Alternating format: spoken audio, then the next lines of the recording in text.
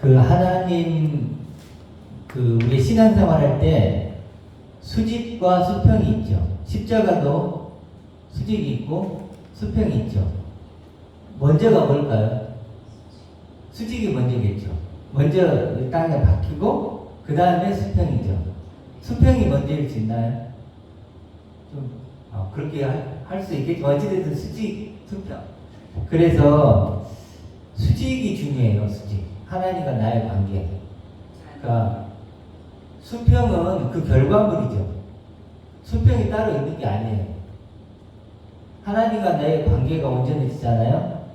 현수자매가 그런 하나님의 관계가 온전해지죠. 박집사님 온전해지죠. 그러면 또 그렇게 하나가 되죠. 그렇기 때문에 수직과 수평은 따로 있는 게 아니에요. 동치적으로 일어나는 거죠. 수직이 되는 만큼 수평도 이루어지는 거죠. 그래도 왜 수평이 안 이루어질까 고민할 필요 없는 거죠. 수직이 아직 완전히 안 된 거예요. 그래서 오늘 야고보서는 믿음과 행함도 같은 얘기를 할 수 있겠죠. 믿음이 수직이고 행함이 수평이라고 한다면 이 수직, 믿음의 문제가 굉장히 중요하죠. 그래서 하나님과의 수직적인 관계, 사랑의 관계, 그렇죠. 하나님 나를 사랑하시고 내가 하나님의 사랑을 받고 하나님 내 아버지고 아들이고 이런 하나님과의 사랑과 생명 관계를 맺어야 되는데 이게 어려운 이유가 뭘까요? 이게 어려운 이유는 하나님은 보이지가 않아요. 그래서 제일 어려운 부분이 그 부분이죠. 우리가 보통 만난 대상들은 다 어떻게 만나죠? 다 이미지가 있죠. 그림이 있잖아요. 뭐 영화배우, 뭐 이렇게 또 의사, 어부 이렇게 얘기를 하면 그 대상은 다 뭐예요? 이미지로 그려지잖아요. 그림으로. 그러니까 알아요. 근데 하나님은 그려지나요? 안 그려지죠. 그래서 17절을 보실래요? 17절에 중간쪽에 보면 그는 하나님은 변함도 없으시고 회전하는 그림자도 없으시니라. 맨날 없대요. 형체가 없는 거죠. 그렇죠. 그러니까 영이시니까 당연히 안 보이니까 하나님 관계가 참 맺기가 어려워요. 보이면 쉬운데. 근데 하나님은 안 보이시고 우리는 뭐예요? 다 보이는 것 속에 살죠. 보이는 것 속에. 근데 보이는 것 속에 사는 우리가 보이지 않는 하나님과 관계를 맺고 살기 때문에 어려운 거예요. 자, 그래서 하나님과의 관계 맺기는 쉽지 않은 숙제예요, 우리에게. 쉽지 않은 숙제고 문제죠. 우리 하나님 내준 숙제고 문제고 또 엄청난 도전이에요. 도전이에요. 이게 만만한 거 아니에요. 이게 엄청난 도전이고 위대한 도전이다. 우리 보면 씨 뿌리는 비유 같은 것도 한번 생각해보세요. 저번 주에 우리 나눴죠. 씨 뿌리는 비유도 씨가 챙겨지는데 돌이 있고 가시덤불이 있죠. 돌은 뭐였죠? 환난과 박해. 가시덤불은 세상 염려와 재물의 유혹. 그게 결국은 방해물이 된다는 거예요. 결국 돌과 가시덤불 뭔가요? 나죠, 나. 결국 나라고 할 수 있어요. 내가 돌이고 내가 가시덤불 어디 돌이 어디 있고 가시덤불 어디 있겠어요. 결국 내가 만들어내는 거예요. 내 자신이 돌이 되고 내 자신의 욕심이 가시덤불이 되는 거예요.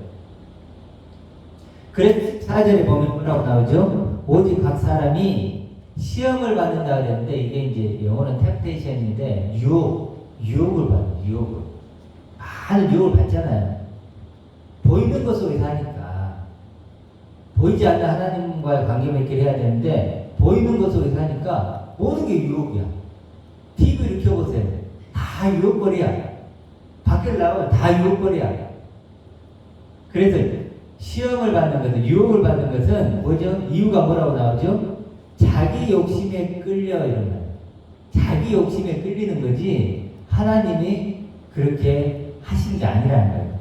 그 위에도 나오지만 자기 욕심에 끌려. 야, 이 단어가요 참 많이 와닿더라고. 이런 게 많이 와닿으면 안 되는데 자기 욕심에 내가 끌려가. 내가 막 끌려가는 존재. 저도 이번 주에 그런 걸 느낀 게, 제가 야구를 안 봤거든요. 제가 이제 원래 기아 타이거즈가 제가 이제 저희 아버지가 야구를 좀 하셨어요. 지금도 이제 야구 좋아하시는데, 야구 선수셨는데, 근데 이제 야구를 안 보다가 우리 아들이 이제 보거든요. 그럼 그래 관심을 갖다 보니까 관심을 갖게 돼요. 그리고 그러면 느껴지는 게 내가 끌려가더라고요. 어느 순간 보고 있고 관심을 갖고 그렇게 내가 그 욕심에 끌려가요. 야, 그러면서 끌려가는구나. 욕심에 끌려가는구나. 그러니까 우리들이 다 그런 욕심에 끌려가는 것 같아요. 그래서 오늘 또 한 구절이 참 마음에 와닿았던 게 뭐냐면 요한일서 가볼게요. 뒤쪽으로 가보면 바로 이제 요한일서 2장 15절. 저번 주에 했던 거죠. 2장 15절 한번 더 읽어볼게요. 389면 요한일서 2장 15절 16절 17절 천천히 한번 같이 읽어볼게요. 15절부터 요한일서 2장 15절 17절까지 읽어보겠습니다. 이 세상에 있는 것들을 사랑하지 말라. 누구든지 세상을 사랑하면 아버지의 사랑이 그 안에 있지 아니하니 이는 세상에 있는 모든 것이 육신의 정욕과 안목의 정욕과 이생의 자랑이니 다 아버지께로부터 온 것이 아니요 세상으로부터 온 것이라. 이 세상도 그 정욕도 지나가되 오직 하나님의 뜻을 행하는 자는 영원히 구하느니라.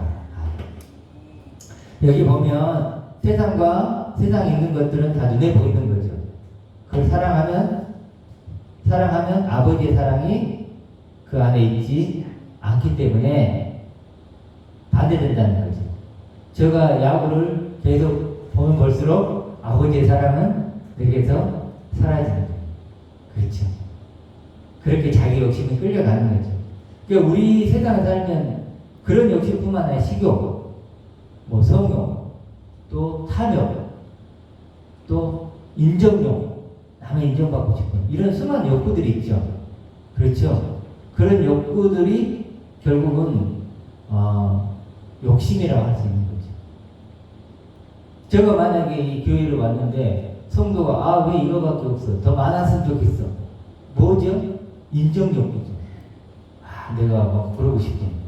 그러면 하나님 사랑이 그만큼 사라지는 거죠. 당연한 거죠. 이거 어려운 얘기가 아니고 정말 단순한 얘기일 수 있어요. 제가 예를 박 집사님하고 연애를 할 때 박 집사님이 아니고 다른 여자들 막 좋아해봐요. 그렇게 되나요? 그러면 사랑이 온전하지 않죠. 그런 게 똑같죠. 아버지의 사랑도 우리가 아버지의 사랑을 원하지 않으면 괜찮아요. 그렇잖아요. 그냥 세상도 좋아하고 사랑하고 살면 되는데 아버지의 사랑을 내가 갖고 싶다면 그렇다면 세상과 세상에 있는 것들을 사랑하지 말라 이렇게 얘기하는 거예요. 그래서 계속 보면 아버지의 사랑 안에 있지 아니하니 이는 왜냐하면 세상에 있는 모든 것이 육신의 정욕과 안목의 정욕과 이생의 자랑이다 이렇게 얘기죠. 진짜 그럴 것 같아요. 세상에 TV를 켜보면 다 알아요. TV 딱 켜는 순간 육신의 정욕, 안목의 정욕, 이생의 자랑이 막 뿜뿜 나오죠. 그런데 아버지께로부터 온 것이 아니요 세상으로부터 온 것이라. 그런데 왜 그렇게 해야 되는지 이제 결론적인 얘기가 나오죠. 뭐죠? 이 세상도 그 정욕도 다 지나가네. 오직 아버지의 뜻대로 자기를 창조하는 자, 만드는 자, 성취하는 자. 이게 행하다가 포이어인데 창조하다, 만들다, 성취하다 이런 뜻이니까 하나님의 뜻대로 나를 만드는 자예요. 하나님의 계획대로 나를 만드는 자. 하나님의 계획을 세우셨죠. 근데 그 계획대로 내가 만들어지는 자예요. 창조되어지고 세워져 가는 자예요. 하나님의 약속한 내가 세워져 가는 거고 만들어가야 되는 거예요. 그 자만 뭐요? 영원히 남는데요. 영원히 남는. 다 세상과 세상의 정욕도 다 지나가대요. 제가 이번 주에 산을 올라가면서 그런 생각을 좀 한번 한 적이 있어요. 어느 날 내일이 없다면 어떻게 될까? 여러분 내일이 없다면 어떻게 될까요? 내일이 없으면 오늘뿐이잖아요. 오늘뿐이에요. 오늘만 있다면 어떻게 할까? 그럼 난 뭐하고 살까? 그런 생각이 들더라고요. 오늘만 있다면, 내일이 없다면. 어찌 보면 우리는 내일을 생각하니까 오늘을 값지게 생각하지 않죠. 그렇게까지. 근데 만약 내일이 없다면 오늘이 얼마나 값지겠어요? 오늘 난 뭐 할까? 제가 그 생각을 잠깐 해보면서 첫 번째 할 것이 일단 우리 가족들을 만날 거예요. 그래서 고맙다는 얘기를 할 것 같아요. 고마웠다고. 박 집사님한테도 그러고 얘들한테 친척들한테 이제 인사드리고 또 이제 여기는 못 찾아오니까 전화를 하겠죠. 믿음의 가족들한테 전화하고 그 다음에 뭐 할까? 남은 시간 동안 하나님이 약속한다. 그런 날을 만들어 갈 것 같아요. 하나님과 관계. 그걸 언제냐 하고 싶더라고요. 그래도 사실은 오늘만 사는 사람은 오늘도 아니죠. 지금 이 순간의 나. 지금 이 순간의 나를 어떤 나로 만들어 갈까? 이거 고민하는 거죠. 오늘도 너무 길어요. 실제로 현재 밖에 없는 거잖아요. 내일도 허상이고 오늘도 허상이죠. 어찌 보면 유일한 실상은 뭐죠? 지금 이 순간밖에 없어요. 지금 이 순간. 지금 이 순간 내가 어떤 나로 존재할 것인가. 근데 이 싸움이 쉽지는 않죠. 눈에 보이는 것 속에 있으니까 이 눈에 보이는 속에서 하나님과 관계 맺기를 한다는 게 만만한 작업은 아니는 거예요. 자, 그래서 이렇게 자기 욕심에 끌린다는 거예요. 자기 욕심에 끌려 미혹되는 거예요. 길을 잃는 거예요. 길을 잃는 거예요. 15절이 그래서 욕심이 잉태한 즉 뭘 넣죠? 죄를 낳고 죄가 양상한 듯 사망을 해요. 욕심이 잉태한 즉 죄는 뭐예요? 하나님과 분리죠. 죄는 아버지의 사랑이 떠나가는 거예요. 내게서. 그게 죄예요. 하나님과 분리니까. 그렇게 분리가 되면 그래서 그 죄가 장성하고 완성이 되면 사망을 낳게 되죠. 죽음과 멸망으로 가는 거예요. 그러면 이런 질문을 할 수 있어요. 우리는 구원받았고 하나님의 아들이라고 하는데 이건 내 얘기일 수 있는가 아닌가? 내 얘기일 수 있을까 아닐까요? 한 번 보는 영원한 구원이라면 이건 내 얘기 아니죠. 내 얘기 아니에요. 나는 한 번 구원 받았어. 근데 내 안에 욕심이 끌려서 욕심이 잉태돼서 죄가 되고 죄가 사망을 이뤄? 그러면 이거 내 얘기 아니야. 그럴까요? 아니죠. 이거 내 얘기예요. 믿음이 있느냐고 하는 내 얘기라고. 나도 언제나 그럴 수 있어. 욕심에 끌렸으면 죄가 장성하게 되고 나도 멸망으로 갈 수 있는 존재가 나예요. 죽을 때까지. 그렇기 때문에 깨어 기도하는 거예요. 하나님 날 지켜주십시오. 날 지켜주십시오. 하나님 나 안 지켜주면 나도 욕심에 언제라도 끌려갈 수 있고 언제라도 죄 안에 빠질 수 있습니다. 나 지켜주십시오. 이게 우리 고백이에요. 그래서 씨 뿌리는 비유를 다시 한번 생각해 보세요. 씨 뿌리는 비유에서 씨가 뿌려졌죠. 안 뿌려졌나요? 뿌려졌어요. 기쁨으로 받나요? 안 받나요? 기쁨으로 받아요. 그 말은 뭐예요? 이미 그런 믿음이 생겼다는 거죠. 아니 믿음이 안 생기고 어떻게 기쁨이 와요? 아니 그래요? 그렇죠? 근데 어떻게 돼요? 돌밭과 가시덤불 밭은 뭐예요? 실패하죠. 근데 옥토밭은 어떻게 해요? 결실을 해요. 결실. 이게 중요한 거예요. 우리도 뭐 해야 돼요? 씨가 뿌려진 게 중요한 게 아니에요. 뭐죠? 우리 다 뿌려졌죠. 뭐 해야 돼요? 결실하는 자가 돼야 돼요. 인내해서. 이따가 나누겠지만 인내해서 결실해야 돼요. 결실 안 하면 안 돼요. 그래서 우리는 언제나 돌밭과 가시덤불밭이 될 수 있다. 그리고 욕심에 이끌려 미혹돼서 결국 죄를 낳고 사망에 이를 수도 있다. 그래서 야고보가 이렇게 쓴 거예요. 우리에게. 그럴 수 있으니까 그 믿음을 붙잡으라. 끝까지 지켜라. 너희들 믿음 있다고 그렇게 쉽게 생각하지 마라. 이렇게 얘기하시는 거예요. 자, 그렇게 해서 16절로 가볼게요. 내 사랑하는 형제들아 섞지 말라. 내 사랑하는 형제들아 이렇게도 맞는데 원어적으로는 하나님의 사랑을 받는 자들아 이런 뜻이에요. 너 하나님 사랑을 받고 있는 너희들아 속지 말라. 이 속지 말라는 의미가 여러 가지 해석할 수 있는데 이제 좀 이렇게 좀 찾아봤는데 어떤 게 좀 제일 나을까? 이게 뭐냐면 이런 뜻도 있어. 업신여기지 말라 이거예요. 사랑을 받는 자들아 너희들을 업신여기지 말라. 속지 말라 이건 이제 뭐 물론 빗나가지 말라 뭐 유혹에 빠지면 여러 뜻이 있지만 그 중에 하나가 또 어떤 뜻이냐면 업신여기지 말라. 저는 이 말이 참 와닿더라고요. 사랑을 받고 있는데 너희들 얼마나 가치 있고 존귀하게 됐는데 업신여기면 시시하고 무가치하게 여기지 말라는 거예요.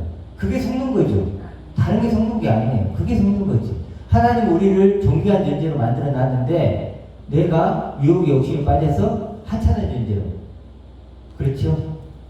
그런 존재로 만드는 게 결국 속는 거다. 사단은 끊임없이 그 일을 하죠. 너 무가치한 존재야. 너 아무것도 아니야. 그렇게 믿어서 뭐해요? 그냥 세상 사람 사는 대로 살아가. 이게 무슨 예요? 사단의 속상임이죠. 끊임없이 우리에게. 그래서 그게 속지 말라는 거예요. 자, 그 다음에 17절, 18절이 중요한데, 17절, 18절이 핵심적인 거겠죠? 야고보서에. 온갖 좋은 은사와 온전한 선물이 다 위로부터 온다. 여기 좀 어렵죠? 이렇게, 이 어떤 좀 어렵게 나오는데, 가장 쉽게 그냥 하면, 온갖 좋고 온전하고 완전한 선물 이렇게 하면 돼요. 그렇죠? 이렇게 온갖 좋은 거, 온전하고 완전한 거. 그래서 하나님 주시는 이런 뜻인데 하나님 주시는 그 선물이 다 위로부터 빛들의 아버지께로부터 오나니. 빛들의 아버지죠. 빛은 누군가? 믿음을 가진 우리들이죠. 빛들의 아버지께로부터 오나니 그 아버지는 변함도 없고 그 아버지는 회전하는 그림자도 없으시니라. 하나님은 변함이 없죠. 영원하시고 완전하시고 우리 아버지는 그런 분이고 또 회전하는 그림자 빛이니까 언제나 빛이니까 어떤 형상이 있는 게 아니잖아요. 그렇죠? 그런 그림자도 없으시니라. 자 18절을 볼게요. 그가 그 피조물 중에 우리로 한 첫 열매가 되게 하시려고 자기의 뜻을 따라 진리의 말씀으로 우리를 낳으셨느니라. 이제 가장 중요한 본문으로 왔습니다. 오늘 제가 하고 싶은 가장 중요한 본문이 왔어요. 여기다 굉장히 중요한 단어가 하나 나오는데 뭐죠? 피조물들 중에 다 피조물들이죠. 한 첫 열매. 이게 핵심이에요. 다른 성경을 좀 찾아보니까 이렇게 나왔더라고요. 이렇게 설명됐더라고요. 이게 순서가 바뀌었어요. 아버지께서는 뜻을 정하여 진리의 말씀으로 우리를 낳아주셔서 진리의 말씀으로 우리를 낳아주셔서 우리를 피조물의 첫 열매가 되게 하셨습니다. 이렇게 나와요. 그러니까 방법과 결과물이죠. 우리 이 성경은 좀 바뀌었지만 방법이 뭐죠? 진리의 말씀으로. 그렇죠? 진리의 말씀이란 방법으로 어떤 결과물을 만들어내는 거죠? 피조물들 중에 첫 열매가 되게 하는 거예요. 어떤 방법으로? 진리의 말씀이란 방법으로 어떤 그 결과물을 첫 열매라는 결과물을 되게 하셨다는 거예요. 그럼 진리의 말씀부터 좀 설명을 해야 되겠죠? 진리의 말씀 뭘까? 진리의 말씀으로 우리를 낳았다는 건데 이 진리는 하나님의 대답이죠. 내가 누구인가에 대한 하나님의 대답이에요. 그러니까 진리라는 말씀이죠. 그래서 여기서 우리가 잘 생각해야 되는 게 말씀이 도대체 뭐냐면 여러분 말씀 읽고 있잖아요. 말씀이 뭐죠? 바로 진리라는 거예요. 진리는 뭐냐?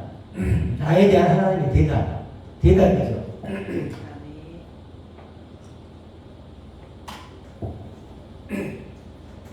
내가 누구인가에 대한 하나님의 대답이죠. 대답.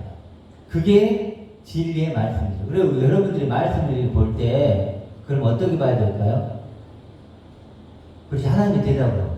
내가 누구인가에 대한 물음에 대한 하나님 대답으로 봐야 돼. 아멘. 그게 진리의 말씀이에요. 그렇게 해서 진리의 말씀으로 우리를 낳은 거예요.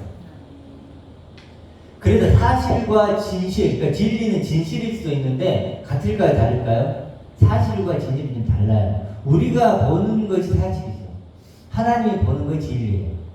그러면 사실은 뭘까요? 사실은 예를 들어 나는 누구라고 했을 때 육을 입고 있는 내가 나죠. 이게 뭐죠? 사실이에요. 사실이죠. 사실이잖아요. 이건 누구도 부인 못해. 육을 입고 있는 나. 이게 죽으면 내가 끝나는 거잖아요. 이게 사실이에요. 진실, 진리는 뭘까요? 이 육 너머에 내가 있다. 육을 넘어서는 내가 있다. 영의 존재. 그게 뭐예요? 첫 열매라고 하는데 그게 뭐예요? 진리인 거예요. 진실인 거예요. 그래 예수님도 진리를 알지. 진리가 너희를 자유케 하리라 이러죠. 그래서 육신을 입고 있는 내가 나라고 생각하는 게 육의 생각이에요. 그게 하나님과 원수인 거예요. 그러니까 육 자체가 나쁜 게 아니야. 육은 좋은 거죠. 뭐가 나쁘죠? 육이 나라고 생각하는 이 생각이 나쁜 거예요. 그 생각 때문에 하나님이 약속한 진리를 못 보게 하는 거예요. 왜냐하면 이게 나라고 철저하게 믿어버리면 하나님 약속은 나 따로 있는데 그걸 봐야 못 봐요? 못 보죠. 그렇지 않아요. 그래서 진리의 말씀 이걸 여러분이 잘 생각해야 돼요. 아, 말씀이 진리구나. 그래서 성경을 이렇게 교회 가면 하루에 몇 페이지 읽으라고 그러잖아요. 정해놓고. 그 얼마나 어리석은 짓이에요. 그렇죠? 읽는 건 중요하지만 왜 읽어야 되는지 잘 생각해야 돼요. 왜? 여기서 누구를 발견하는 거예요? 나를 발견. 어떤 나? 하나님이 약속한 나. 하나님 계획한 나. 하나님 사랑하는 나. 그 나를 발견하는 나. 말씀이 있는 목적이 진리의 말씀으로 우리를 낳으셨느니라. 자, 그래서 이제 진리의 말씀으로 낳아진 결과물이 첫 열매죠. 근데 참 이게 이제 위에 말한 좋은 온전한 선물이겠죠. 그렇죠? 17절에 하나님이 위로부터 우리에게 내려주시는 온전한 선물이 뭐라고요? 첫 열매예요. 온전한 선물이 누구예요? 첫 열매가 된 나예요. 나. 따라해볼까요? 나는 첫 열매입니다. 나는 첫 열매입니다. 그래, 여러분 첫 열매예요. 이제 물어보면 그렇게 대답해야 돼요. 육을 입은 나는 더 이상 내가 아니다. 하나님과 관계 속에서는 말이에요. 세상 속에는 나지, 여전히 나지만 나는 더 이상 그런 내가 아니다. 나는 첫 열매다. 이렇게 고백해야 돼요. 그래서 이제 그 온전한 선물 아시겠죠? 17절 온전한 선물을 다 우리가 받았습니다. 그리고 이제 근데 이제 좀 어려운 게 첫 열매라는 거 딱 이렇게 나왔는데 설명이 나와요, 안 나와요? 구체적으로? 잘 안 나오죠. 야고보서를 쭉 읽어봐도 이 첫 열매라는 게 좀 구체적으로 그래. 첫 열매가 뭔지 지금부터 설명할게. 1번, 자 2번, 자 이렇게 좀 좋은데 첫 열매가 되게 하시 이러고 딱 하고 끝이야. 그러니까 우리 굉장히 좀 난감한 거야. 좀 설명을 좀 구체적으로 해주면 좋을 건데 야고보가 설명을 해줘야 안 해줘요? 잘 안 해줘. 그러니까 어려워요 좀. 힌트를 얻을 수 있는 거 뭐냐면 1장 25절을 보세요. 자유롭게 하는 온전한 율법을 들여다보고 있는 자 이렇게 나오죠. 이게 그리스도를 얘기하는데 이런 것이라든지 아니 2장 1절을 봐볼게요. 내 형제들아 영광의 주 곧 우리 주 예수 그리스도에 대한 믿음을 너희가 뭐요? 가졌으니 이렇게 나오죠. 이런 것 속에 첫 열매가 뭔가를 어느 정도 힌트로 알 수는 있지만 구체적으로 얘기는 안 해주죠. 그러니까 우리가 성경을 읽으면서도 여러분들이 좀 힘들어하는 이유가 바로 이 부분일 거예요. 첫 열매라는 얘기를 했는데 너 첫 열매 됐어. 하나님의 선물은 첫 열매야. 이렇게 얘기를 해놓고 우리는 보통 그러잖아요. 그러면 이건 선언이고 이제 그럼 첫 열매가 뭔지 설명해 줄게. 쭉쭉쭉쭉 나오잖아요. 그렇죠. 근데 설명이 없죠. 왜 그럴까요? 믿음을 가졌으니 여기 답이 있어요. 이미 믿음을 가진 사람들에게 쓴 거예요. 우리가 야고보서. 그러면 첫 열매에 대한 설명이 많이 나와 있는 게 어디일까요? 당연히 로마서나 뭐 그런 부분이 많이 나와 있겠죠. 그렇죠? 그러니까 이미 그래서 우리가 자꾸 이 야고보서를 무시하는 이유가 뭐냐면 뭐 루터도 그래서 그랬죠. 로마서는 뭐 보물 같은 책이고 야고보서는 지푸라기 서 있습니다. 무관자고 하찮다. 이건 정말 잘못된 생각이에요. 왜냐하면 로마서는 믿음을 주기 위한 책이죠. 믿음을 주기 위한 책이 믿음 얘기를 많이 하는 거고, 야고보서는 뭐예요?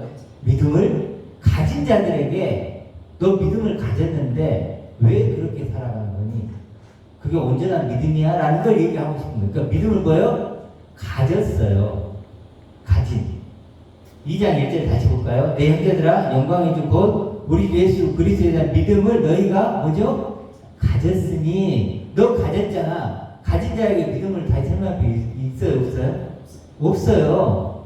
그래서 야고보서만 보면서 왜 첫 열매는 설명이 없지? 이렇게 얘기하면 될까요? 안 될까요? 안 돼요. 정말 이걸 알고 싶다면 뭐예요?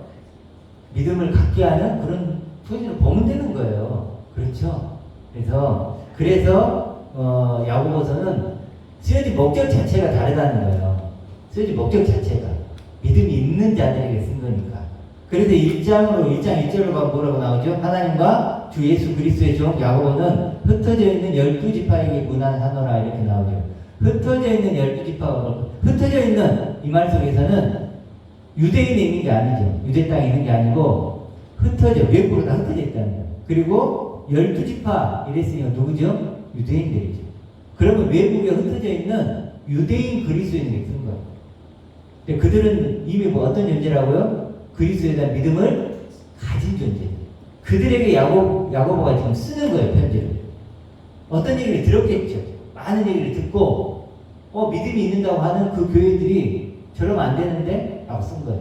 아시겠죠? 그래서 구체적인 믿음의 내용물이 나오지 않는 거예요. 그렇지만 믿음의 구체적인 내용물이 없다고 믿음 얘기를 하는 것이 아닌가요? 아니죠. 믿음 얘기를 하고 싶은 거예요. 결국 믿음 얘기를 하고 싶은 거예요. 그래서 야고보가 행함의 책이라고 하는 건 철저한 오해예요. 믿음의 책이에요. 똑같이. 믿음이 있는 존재들에게 믿음에 대한 얘기를 하는 거예요. 그래서 여러분들이 그걸 좀 생각을 하시고 야고보서를 이따 또 나누겠지만 할게요. 자, 그러면 이제 첫 열매에 대한 얘기를 좀 더 해볼게요. 이걸 이해하려면 하나님이 어떤 나를 내게 주고 싶은가를 알아야 돼요. 좀 쉽게 얘기하면 첫 열매가 그거잖아요. 하나님이 우리에게 주고 싶은 게 첫 열매니까, 나를 첫 열매로 만들고 싶으니까. 그럼 그걸 좀 쉽게 얘기하면 하나님은 어떤 나를 내게 주고 싶은가, 어떤 나로 나를 만들고 싶은가, 어떤 나로 새 창조해내고 싶은가. 아까 우리 요한 1세는 뭐라 그랬죠? 하나님 뜻대로 행하는 자 이렇게 표현됐죠. 영원히 남을 것, 하나님 뜻대로 완성되고 성취되고 창조될 자. 그런 자가 누굴까?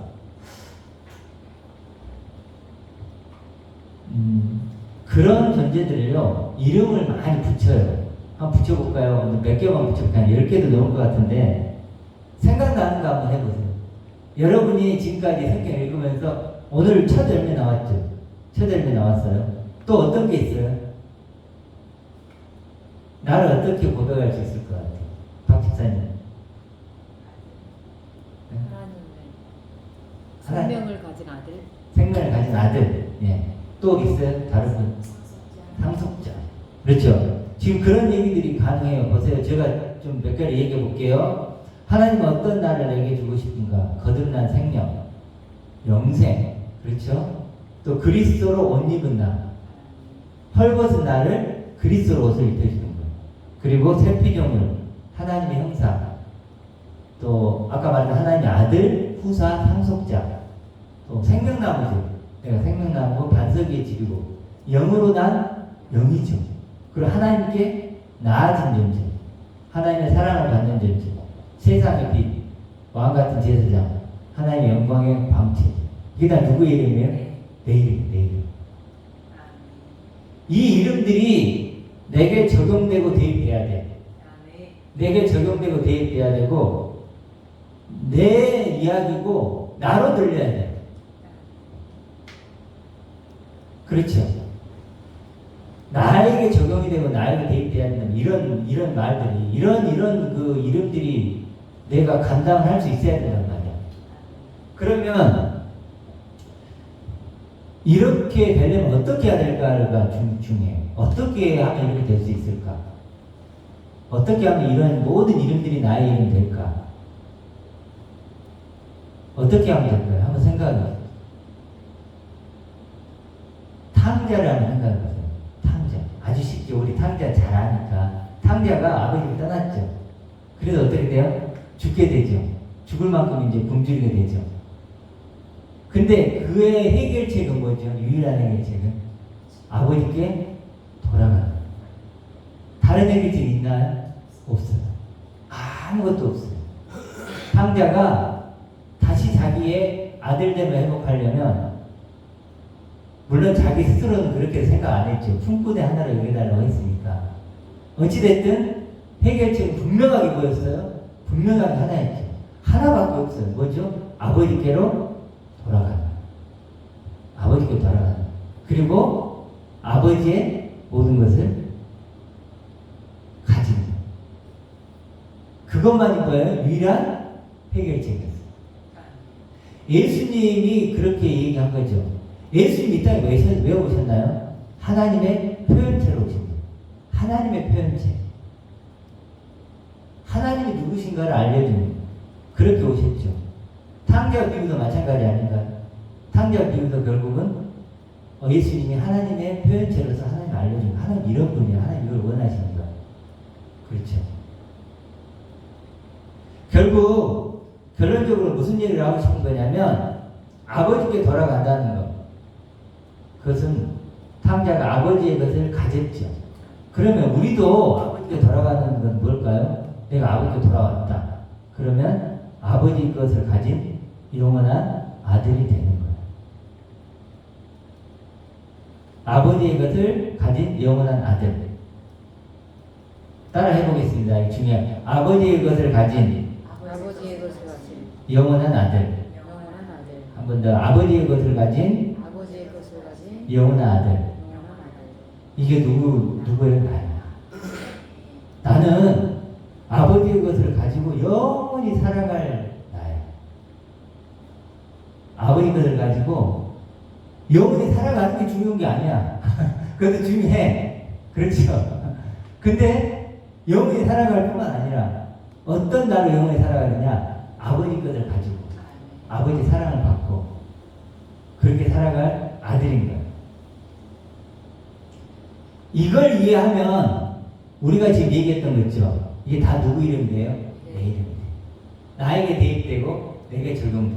근데 이게 안 되면 될까요? 안 될까요? 다 뿔뿔 흩어져. 마치 이런 먹거리를 하면 어떻게 해요? 뭐 이렇게 실에 이렇게 끼죠. 이렇게. 그렇죠. 그래야 먹거리가 되잖아요.